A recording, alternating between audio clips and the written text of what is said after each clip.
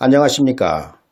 저는 오늘 계시록 11장 15절의 말씀을 본문으로 문자적인 천년왕국 없이 천국은 없습니다 라는 제목으로 말씀드리겠습니다.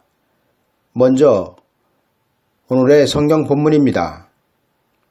일곱째 천사가 나팔을 불매 하늘에 큰 음성이 나서 가로되 세상 나라가 우리 주와 그 그리스도의 나라가 되어 그가 세세토록 왕노릇 하시리로다. 아멘. 오늘날 기독교의 심각한 문제는 하나님의 약속의 땅을 하나님의 백성들이 잃어버렸다는 것입니다. 지금 하나님의 백성이라고 말하는 성도들은 하나님의 약속의 땅이 있는지조차 알지 못하고 그저 죽어서 천국에 가자는 말밖에는 하지 못하는 사람들이 되어버렸다는 것입니다.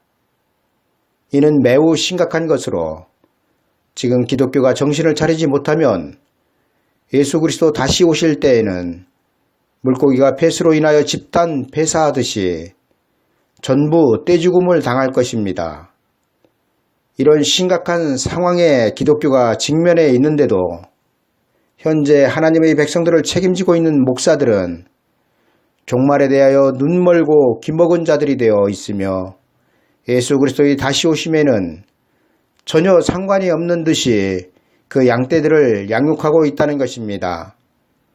그러나 목사들의 이러한 안일한 설교는 장차 쑥물이 될 것이며 폐수로 인하여 물고기가 죽어가듯이 폐수와 같은 설교가 되어서 하나님의 백성들을 집단 폐사시킬 것입니다.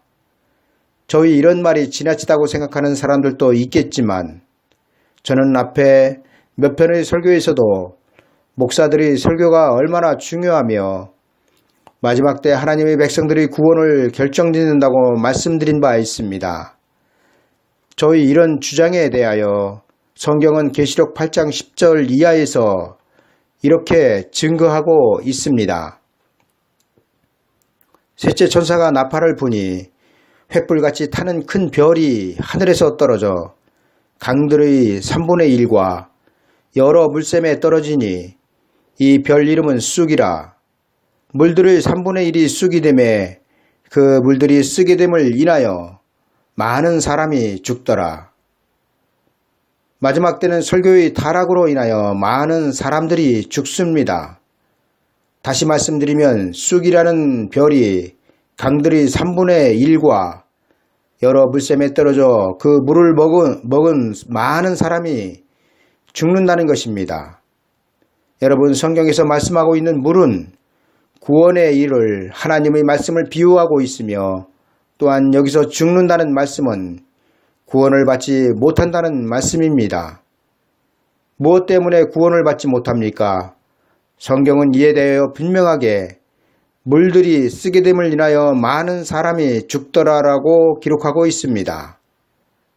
이는 분명하게 구원의 말씀과 상관없는 변질된 설교를 말씀하고 있으며 그리고 그 물들이 쓰게 된 원인은 횃불같이 타는 큰 별이 하늘에서 강과 여러 물샘에 떨어졌기 때문이란 사실입니다.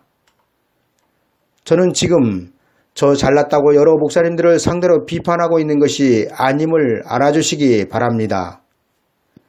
저같이 부족하고 어리석은 자가 유학을 하고 박사 학위를 가지고 설교하는 목사님들을 비판하는 것은 그들이 설교가 성경과 다르기 때문입니다. 저 또한 마찬가지입니다만 모든 목회자들은 어떠한 추측으로 설교를 하면 안 된다는 것입니다. 유튜브에 올려져 있는 많은 설교들 중에는 정말로 먹으면 죽는 폐수와 같은 쑥물의 설교들이 너무나 많이 있다는 것입니다. 그런데 갈급한 목마름을 채우기 위한 하나님의 백성들은 그 물이 쓴 쑥물인 줄도 모르고 벌컥벌컥 들키고 있다는 것입니다. 그러나 이에 대한 결과에 그 누구도 책임져 주지 않습니다. 또한 그 무엇으로 사람의 영혼을 죽이며 장차 하나님의 나라에 들어가지 못하게 한 그 책임을 질 수 있겠습니까? 여러분, 마지막 때의 구원은 예수 그리스도의 초림의 때의 구원과는 그 차원이 다릅니다.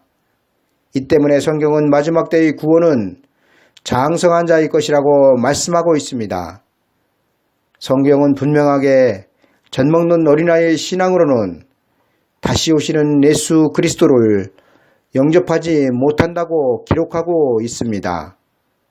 그리고 젖을 먹는 어린아이의 신앙은 믿음의 강함과 약함을 나타내는 말씀이 아니라 의의 말씀을 경험했느냐 못했느냐를 말씀하고 있다는 사실입니다. 따라서 다시 오시는 예수 그리스도를 영접하기 위해서는 말씀의 초보를 벗어나 의의 말씀에 귀 기울여 경험해야 한다는 것입니다. 그래야 마지막 경고의 나팔 소리에 반응하게 될 것입니다. 때가 오래므로 너희가 마땅히 선생이 될 터인데 너희가 다시 하나님의 말씀의 초보가 무엇인지 누구에게 가르침을 받아야 할 것이니 젖이나 먹고 단단한 식물을 못 먹을 자가 되었도다. 대저 젖을 먹는 자마다 어린 아이니 의의 말씀을 경험하지 못한 자요 단단한 식물은 장성한 자의 것이니 저희는 지각을 사용함으로 연단을 받아 선악을 분별하는 자들이니라. 지금 우리는 살기 위하여 말씀의 초보를 넘어 의의 말씀 앞으로 나가야 합니다. 그렇다면 말씀의 초보는 무엇입니까? 그리고 또 의의 말씀은 무엇입니까? 이는 오늘의 주제가 아니기 때문에 길게 설명을 드릴 수 없지만 간단하게 말씀의 초보와 의의 말씀을 설명드린다면 말씀의 초보는 영원구원의 말씀이며 이 말씀은 이미 십자가의 우편 강도를 통하여 성취된 말씀입니다. 다시 말씀드리면 성도는 하나님의 아들 독생자 예수 그리스도를 통하여 죽어도 사는 구원을 이미 얻은 사람들이기 때문에 이 도의 말씀은 초보라는 것입니다. 그러나 이 십자가의 도의 초보에만 머물러 있으면 예수 그리스도께서 다시 오실 때에는 저주를 받는다는 것입니다. 왜냐하면 말씀의 초보로는 재림하시는 예수 그리스도를 영접할 수 없기 때문입니다. 따라서 장성한 자의 단단한 식물은 살아서 나를 믿는 자는 영원히 죽지 않는 예수 그리스도를 영접할 의의 말씀이 되는 것입니다. 여러분, 지금 우리에게 절박하게 주어진 믿음의 사명이 무엇인지 아십니까? 그것은 바로 하나님의 약속의 땅을 찾아야 하며 육체가 구원을 받기 위하여 하나님의 큰 날의 구원의 계획을 알아야 한다는 것입니다. 그래야 다시 오시는 예수 그리스도를 영접할 장성한 자의 신앙이 되는 것입니다. 그렇다면 지금 이 시대에 우리에게 약속하신 하나님의 약속의 땅은 어디입니까? 저는 이를 논하기 전에 종말의 때에 그 백성들에게 미리 보여주시고 말씀하시기 위하여 하나님께서 그 예표로 보여주신 구약시대 약속의 땅에 대하여 먼저 말씀드리고자 합니다. 하나님은 아브라함의 혈통들인 히브리 민족을 그 종살이하던 애굽에서 모세를 통하여 불러내셨습니다. 여러분이 잘 아시다시피 히브리 민족의 뿌리는 야곱의 12아들로 시작되었습니다. 그런데 왜 야곱의 12아들이 애굽으로 내려갔는지 아십니까? 물론 요셉이 애굽에 팔려간 것은 하나님의 섭리였으며 하나님의 뜻이었지만 야곱의 식구들 70명이 애굽으로 내려간 것은 그들로 한 나라를 이룰 수가 차기까지 당시 최고의 강대국이었던 애굽을 통하여 보호하시기 위함이었습니다. 하나님은 아브라함에게 약속하시고 그 아들 이삭에게 맹세하신 약속의 땅을 야곱의 허리에서 나온 12아들의 후손들에게 주시기 위하여 그들을 애굽에 내려가게 하신 것입니다. 하나님과 믿음의 조상인 아브라함의 약속은 아브라함의 혈통들을 하나님의 친백성 삼아 하나님의 약속의 땅인 젖과 꿀이 흐르는 가나안 땅에 들어가 나라를 이루게 하시는 것이었습니다. 이를 위하여 하나님은 먼저 그들이 한 나라를 이룰 수가 차기까지 애굽에서 종살이를 하게 하셨던 것입니다. 이는 당시 최고의 강대국을 통하여 수가 적어 연약한 약속의 백성들을 보호하시기 위한 하나님의 방법이셨습니다. 그리고 이에 대하여 성경은 다음과 같이 증거하고 있습니다. 때에 저희 인수가 적어 매우 영성하며 그 땅에 객이 되어 이 족속에게서 저 족속에게로 이 나라에서 다른 민족에게로 유리하였도다. 사람들이 그들을 해하기를 용납지 아니하시고 그들의 연고로 열왕을 꾸짖어 이르시기를 나의 기름 부은 자를 만지지 말며 나의 선지자를 상하지 말라 하셨도다. 그가 또 기근을 불러 그 땅에 임하게 하여 그 의뢰하는 양식을 다 끊으셨도다. 한 사람을 앞서 보내셨으며 요셉이 종으로 팔렸도다. 하나님은 야곱의 족속 70명으로 한 나라를 이루시기 위하여 요셉을 미리 애굽에 팔리시게 하셨고 그들이 애굽에 내려간 지 430년, 종살이를 시작한 지 400년 만에 하나님은 모세를 보내셔서 그들을 애굽에서 이끌어내셨습니다. 하나님께서 종살이를 하던 그들을 이끌어내신 목적을 성경은 출애굽기 3장 8절에서 분명하게 이렇게 증거하고 있습니다.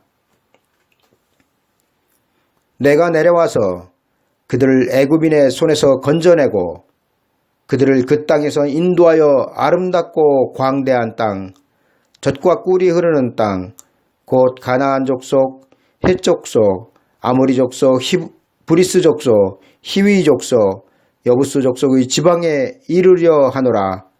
그날에 내가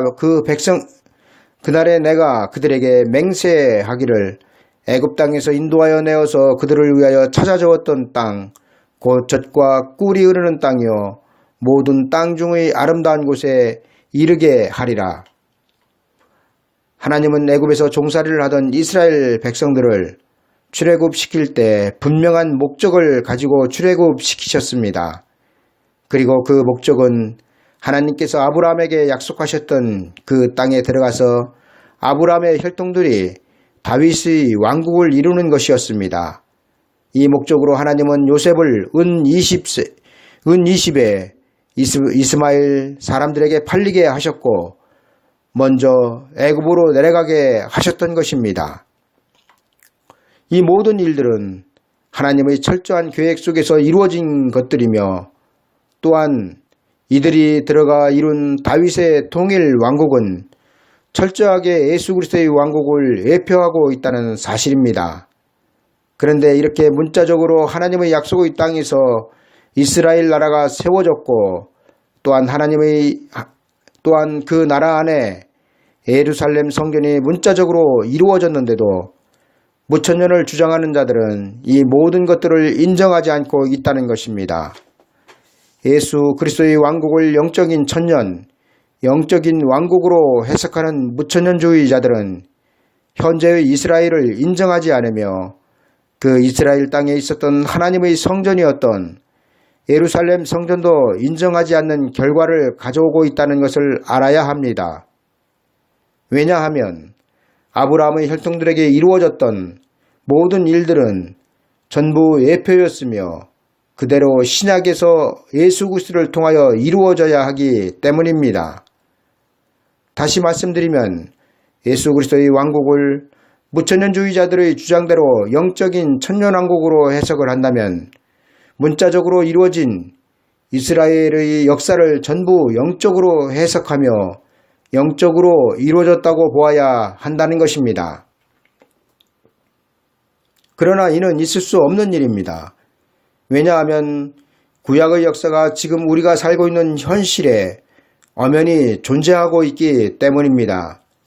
지금 중동에 있는 이스라엘 나라는 하나님과 아브라함과의 약속의 언약에 의한 자손들의 나라이며 그들은 이 지구상 유일무이하게 하나님의 선민들이었다는 사실입니다.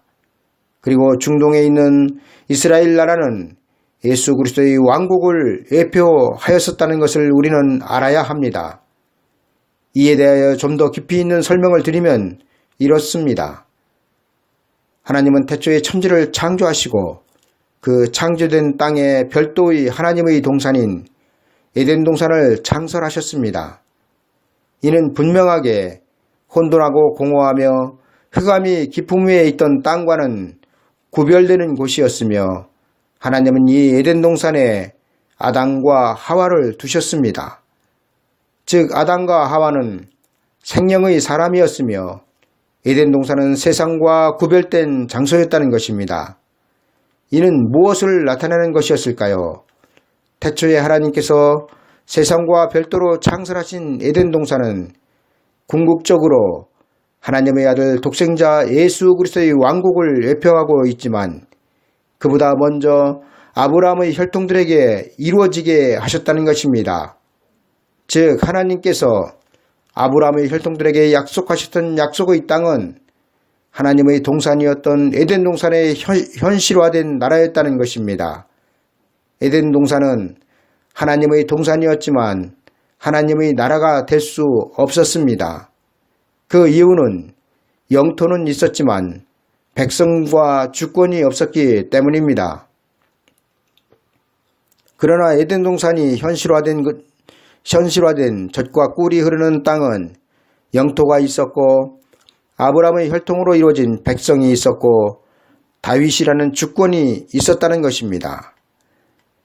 이처럼 장차 이루어질 예수 그리스도의 천년왕국은 영토가 있고 그의 백성이 있으며 또한 육체의 하나님이신 예수 그리스도의 주권이 있다는 것입니다.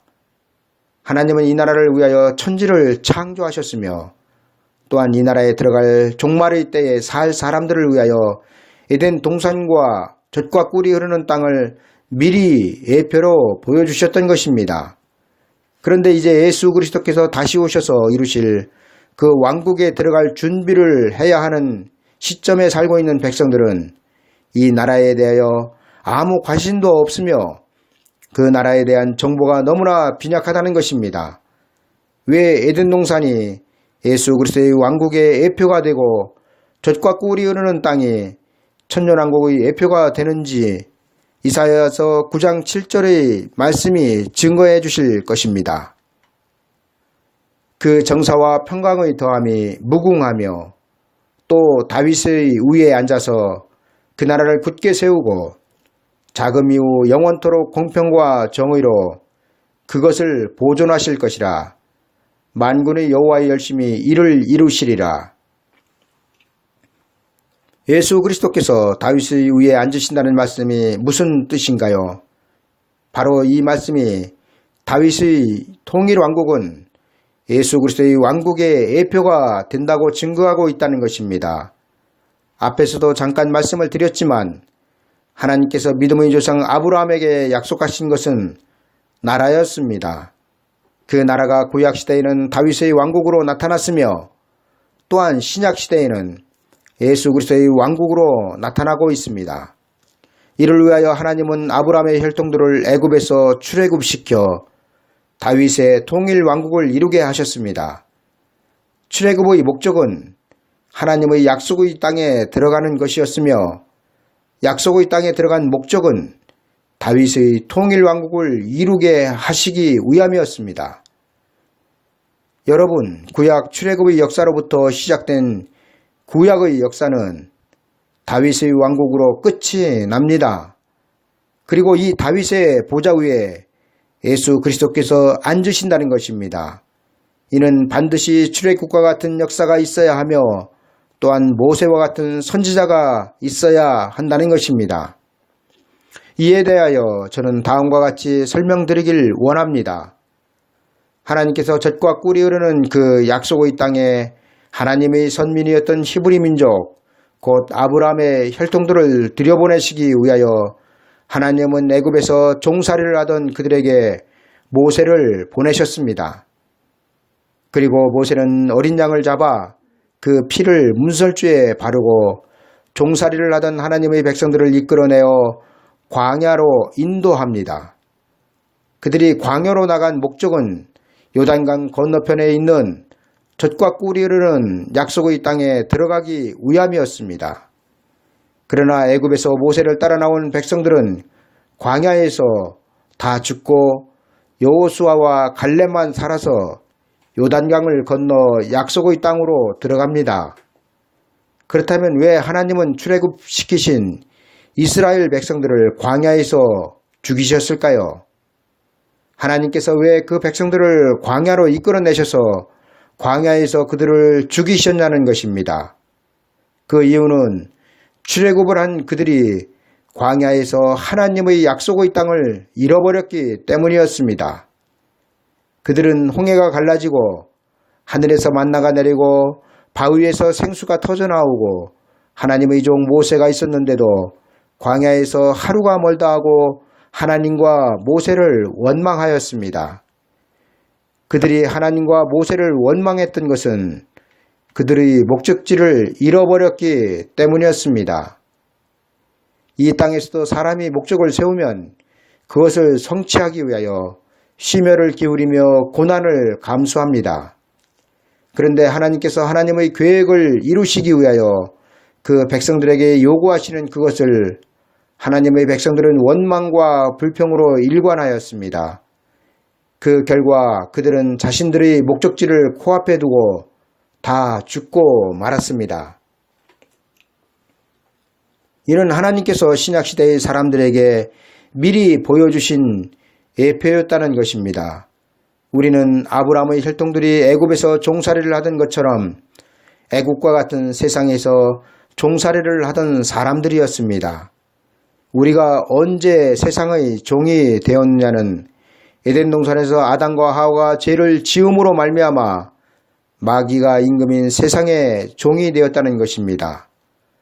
아담과 하와의 범죄로 말미암아 마귀의 종이 되고 마귀의 세상에서 종살이를 하던 모든 인류를 구원하시기 위하여 하나님은 구약의 모세와 같은 선지자 예수 그리스도를 이 세상에 보내셨습니다. 이는 미리 예정된 것으로 모세는 예수 그리스도의 세상에 오심에 대하여 다음과 같이 기록하고 있습니다.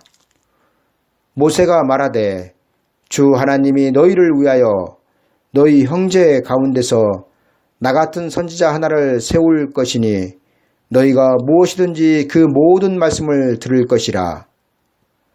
하나님은 애국과 같은 세상에서 마귀의 종이 된 모든 인류를 구원하시기 위하여 모세와 같은 구원자 예수 그리스도를 이 세상에 사람의 모양으로 보내셨던 것입니다. 그러나 예수 그리스도는 모세와 같이 짐승의 피를 뿌리고 그 백성들을 출애굽시키신 것이 아니라 하나님의 어린 양 대신 자신의 피를 뿌리고 애국과 같은 세상에서 종살이를 하던 모든 인류를 출애굽시킬 길을 열어놓으셨던 것입니다. 이제 인류는 그 누구든지 마르지 않는 샘물과 같은 예수 그리스도의 피를 자신과 마음의 문설주에 바르기만 하면 애국과 같은 세상에서 출애굽을 하는 것입니다. 지금 예수 그리스도를 믿는 사람들은 2000년 전 십자가에서 흘리신 예수 그리스도의 그 십자가의 보혈을 마음에 믿고 구원을 받아 출애굽한 사람들입니다. 그리고 출애굽의 최종 목적지는 예수 그리스도의 왕국이 된다는 것입니다. 우리는 지금 옛날 이스라엘 백성들이 출애굽하여 광야로 나온 것처럼 세상에서 출애굽하여 광야로 나온 사람들이지 하나님의 약속의 땅에 들어간 사람들이 아닙니다. 이는 대단히 중요한 것으로 광야의 영혼 구원이 아니라 반드시 육체의 구원을 받아 예수 그리스도의 왕국에 들어갈 사람들이 있다는 것입니다. 그런데 그 사람들이 적기 때문에 성경은 좁은 문으로 들어가라고 말씀하고 있는 것입니다. 분명하게 구약시대 모세를 따라 애굽에서 출애굽을 한 사람들은 한 나라를 이룰 만큼 많았습니다. 그러나 그 많은 사람들 중에 딱 2사람만 죽음을 경험하지 않고 하나님의 약속의 땅에 들어갔다는 것입니다. 이는 무엇을 말씀하고 있습니까? 마지막 때 하나님의 약속의 땅인 예수 그리스도의 왕국에 들어갈 사람들이 적다는 것을 말씀하고 있다는 사실입니다. 구약 애굽에서 나온 사람들은 전부 하나님의 백성들이었으며 하나님의 선민들이었습니다.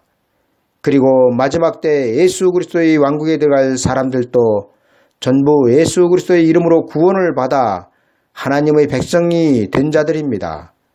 그런데 이들 중에 많은 사람들은 옛날 이스라엘 백성들이 그 목적지를 눈앞에 두고 광야에서 죽었듯이 예수 그리스도의 왕국을 눈앞에 두고 광야와 같은 세상에서 죽는다는 것입니다.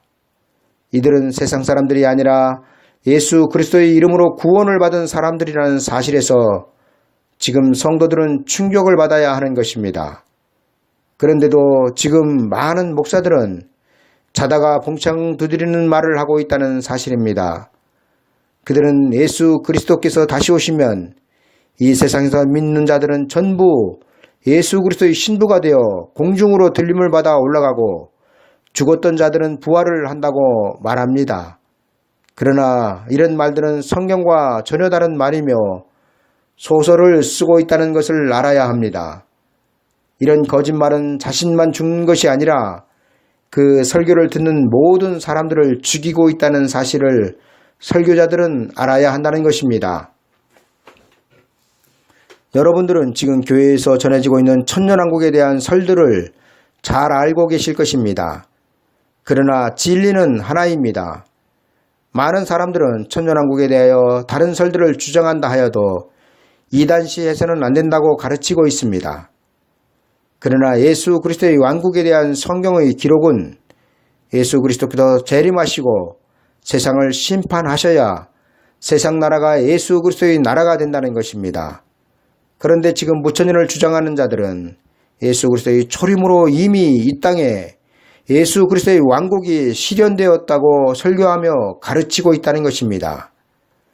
그들은 예수 그리스도의 초림으로부터 시작하여 재림까지를 천년왕국 시대로 말하고 있으며 이 기간을 실현된 천년왕국 또는 성취된 천년왕국으로 성도들은 지금 천년왕국 안에서 왕노릇을 하고 있다고 설교하며 가르치고 있습니다. 그러나 이는 거짓말입니다. 왜냐하면 아직 예수 그리스도께서 만왕의 왕이 아니시기 때문입니다. 요한계시록에는 다시 오실 예수 그리스도를 만왕의 왕으로 증거하고 있습니다. 만왕의 왕은 많은 왕들 중의 왕이란 뜻입니다. 그런데 이 많은 왕들은 세상의 왕들이 아니라 예수 그리스도께서 임명하실 왕들이란 사실입니다. 그리고 요한계시록에는 이들이 누구들인지 그 대상에 대해 자세한 기록을 하고 있습니다.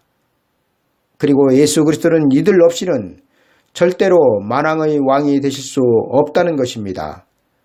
따라서 지금 낙원에 계신 예수 그리스도는 만왕의 왕의 자격만 갖추고 계실 뿐 아직 만왕의 왕의 대관식이 이루어지지 않았다는 것입니다.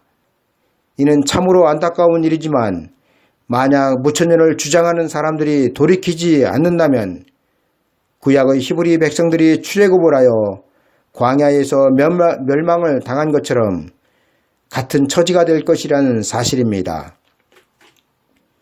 어떤 목사는 방송에 나와서 성경을 가르치면서 자랑스럽게 나는 무천년주의자라고 말하는 것을 보면서 참으로 참담함을 느끼지 않을 수 없었습니다.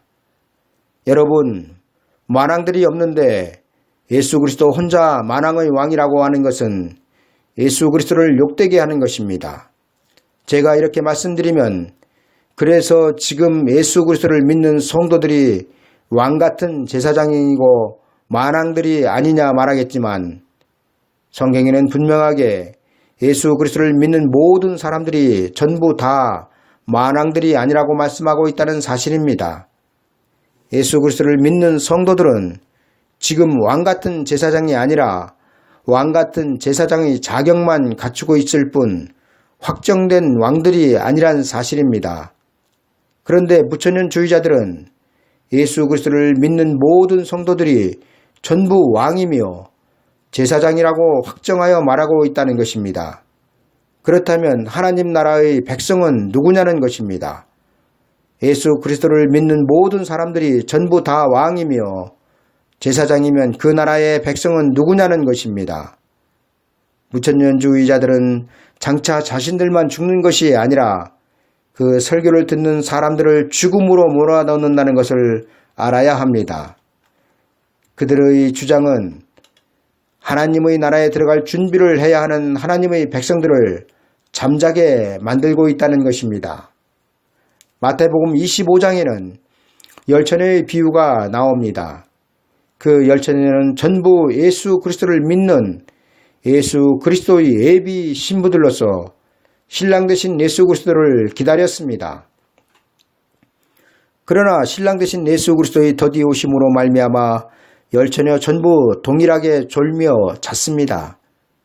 그러나 신랑 되신 예수 그리스도를 영접한 슬기로운 다섯 처녀는 미련한 다섯 처녀처럼 졸며 잤지만 미련한 다섯 처녀들과 다르게 슬기로운 다섯 처녀들이 준비한 것이 있었습니다. 그리고 그것을 성경은 기름이라고 말씀하고 있습니다. 슬기로운 다섯 처녀는 미련한 다섯 처녀와 다르게 자신들의 등에 들어있는 기름 외에 별도의 기름을 준비하였습니다. 기름은 무엇입니까? 기름은 여러분들이 잘 아시다시피 성령입니다. 그렇다면 등불은 무엇입니까? 등불은 말씀입니다. 즉 성령으로 신랑 되신 예수 그리스도를 영접할 말씀의 등불을 밝혀야 하는데 미련한 다섯 처녀의 등에는 초림으로 오신 예수 그리스도를 영접할 등불밖에는 밝힐 기름이 없었다는 것입니다. 이는 무천년을 주장하는 사람들처럼 다시 오실 예수 그리스도에 대하여 잘못 전함으로 예수 그리스도의 예비 신부들이 신랑 되신 예수 그리스도를 영접할 준비를 하지 못하였기 때문입니다. 이에 따라 저는 오늘 무천년을 주장하는 것이 얼마나 무모하며 위험한 일인지에 대하여 몇 가지만 알아보도록 하겠습니다. 그 첫 번째로 천년왕국에는 마귀가 없어야 합니다.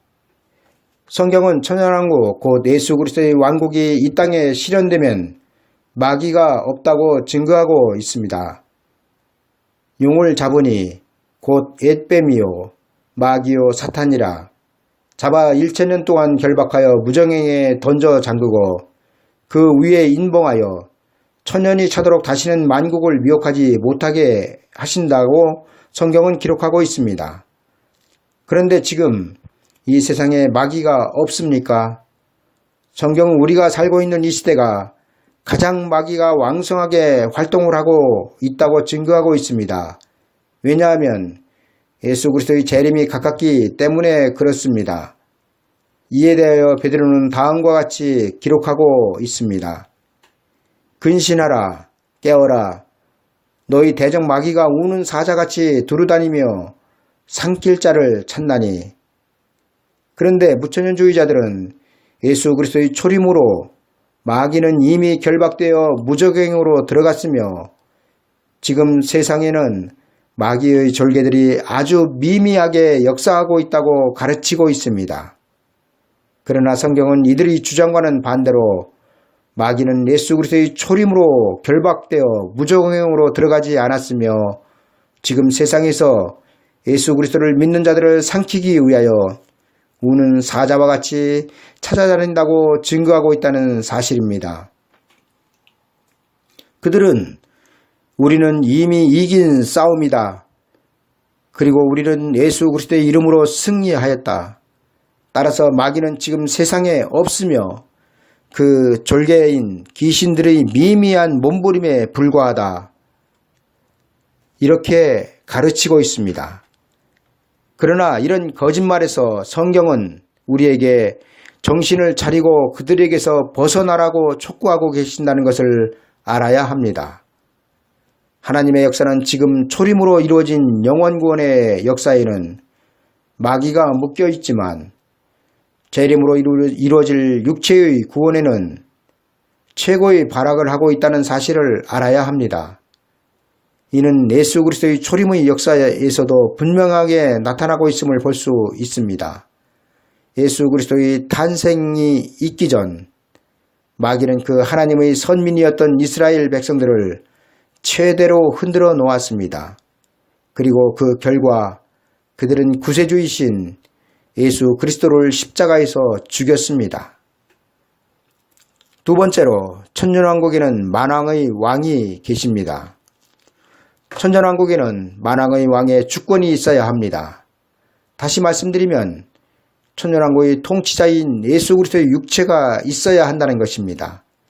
왜냐하면 천년왕국은 예수 그리스도의 왕국이며 하나님의 역사에서 최초로 이루어지는 하나님 나라의 시작이 천년왕국이기 때문입니다. 천년왕국이 천국과 다른 것은 천국은 이 땅이 아니라 새하늘과 새 땅에 이루어진다는 것입니다. 그런데 하나님의 나라의 시작이 되는 천년왕국에 마귀가 강하게 역사를 하고 있고 전 세계의 테러와 전쟁의 소리가 끊어지지 않고 있으며 귀신들이 득실거리며 죽음이 존재하며 미움과 다툼과 시기와 질투 속에 날마다 살인사건과 자살이 이어지는 이 세상이 천년왕국이라고요. 정말로 통탄할 일이 아니겠습니까? 세 번째로 천년왕국은 영토가 있어야 합니다. 천년왕국의 영토는 이 세상에 속해 있지만 분명하게 이 세상과는 다른 환경이라고 성경은 기록하고 있습니다. 그리고 그것을 미리 보여주신 예표의 사건이 바로 하나님께서 천지를 창조하시고 그 창조된 세상에 별도로 하나님의 동산인 에덴 동산을 창설하셨다는 것입니다. 여러분, 창세기 2장에 나오는 에덴 동산은 장차에 이루어질 예수 그리스도의 왕국을 예표하고 있으며 예수 그리스도의 왕국은 세상과 분명하게 구별이 된다는 것입니다. 다시 말씀드리면 천년왕국은 반드시 예수 그리스도께서 지상에 재림하신 후 공허하고 혼돈하며 흑암이 가득한 이 세상을 심판하시고 사자가 소처럼 짚을 먹고 어린아이가 독사의 구멍에 손을 넣어도 아무런 피해를 보지 않는 만물의 회복을 이루신 후에 이루어지는 나라가 천년왕국이라는 사실입니다. 네 번째로 천년왕국에는 하나님이 육체로 계셔야 합니다. 천년왕국에는 구약 하나님의 백성들이 보지 못하였고 만지지 못하였던 육체의 하나님이신 독생자 예수 그리스도께서 그 백성과 함께 계셔야 비로소 천년왕국이 된다는 사실입니다. 2000년 전 예수 그리스도는 말씀이 육신을 이루시고 이 땅에 오셨습니다. 그리고 예수 그리스도는 이 세상에서 33년을 살으셨습니다. 예수님은 공생의 기간 동안 함께 하셨던 사람들에게조차도 부활하신 후 그 육체에 손을 대지 못하게 하셨습니다. 그리고 그 이유는 부활하신 육체로 아직 그 아버지 하나님께 올라가지 않았다고 말씀하셨습니다. 그러나 천년왕국이 이루어지면 마리아가 만지지 못했던 부활하신 예수 그리스도의 영광의 육체를 보고 손으로 만질 수 있는 그러한 나라가 천년왕국이란 사실입니다. 다섯 번째로 천년왕국에는 하나님의 백성들만 있어야 한다는 것입니다. 여러분, 하나님께서 천지를 창조하신 목적이 무엇인지 아십니까? 그 목적은 바로 예수 그리스도의 왕국을 이루시기 위함이었습니다. 그리고 그 예표가 에덴 동산이었습니다. 에덴 동산은 하나님의 동산이었으며 태초에 흙으로 만들어진 사람의 코에 생기가 들어가 사람이 생명이 된 후 들어간 하나님의 동산이었습니다. 이는 장차에 이루어질 예수 그리스도의 왕국에는 생명의 사람만 들어가 산다는 것을 미리 보여주신 예표라는 것입니다. 따라서 예수 그리스도의 왕국인 천년왕국에는 오직 구속함을 얻은 사람들만 들어가 사는 나라입니다. 이 나라에 대하여 이사야서 35장 7절에서 10절에는 이렇게 기록하고 있습니다. 뜨거운 사막이 변하여 못이 될 것이며 메마른 땅이 변하여 원천이 될 것이며 실황의 눕던 곳에 풀과 갈대와 부들이 날 것이며 거기 대로가 있어 그 길을 거룩한 길이라 일컫는 바 되리니 깨끗지 못한 자는 지나지 못하겠고 오직 구속함을 입은 자들을 위하여 있게 된 것이라. 우매한 행위는 그 길을 범치 못할 것이며 거기는 사자가 없고 사나운 짐승이 그리로 올라가지 아니하므로 그것을 만나지 못하겠고 오직 구속함을 얻은 자만 그리로 행할 것이며 여호와의 성령함을 얻은 자들이 돌아오되 노래하며 시온에 이르되 그 머리 위에 영영한 희락을 띠고 기쁨과 즐거움을 얻으리니 슬픔과 탄식이 달아나리로다. 육체의 하나님이신 예수 그리스도는 지상에 재림하셔서 공허하고 혼돈하며 흑암이 가득한 땅을 심판하시고 그 땅을 새롭게 하신 후 천년 동안 직접 통치하실 왕국으로 이사야서 35장과 같이 만드실 것입니다. 그리고 이것이 바로 성경은 에덴의 회복인 것이라고 증거하고 있습니다. 그리고 그 왕국이 끝나면 하나님께서 태초에 창조하신 천지 자체가 없어진다는 사실입니다. 천년왕국이 끝난 후 이 세상에 대하여 계시록 20장 11절에서는 이렇게 증거하고 있습니다. 또 내가 크고 흰 보좌와 그 위에 앉으신 자를 보니 땅과 하늘이 그 앞에서 피하여 간데 없더라. 그리고 계시록 21장 1절에서도 또 내가 새하늘과 새 땅을 보니 처음 하늘과 처음 땅이 없어졌고 바다도 다시 있지 않더라 기록하고 있습니다.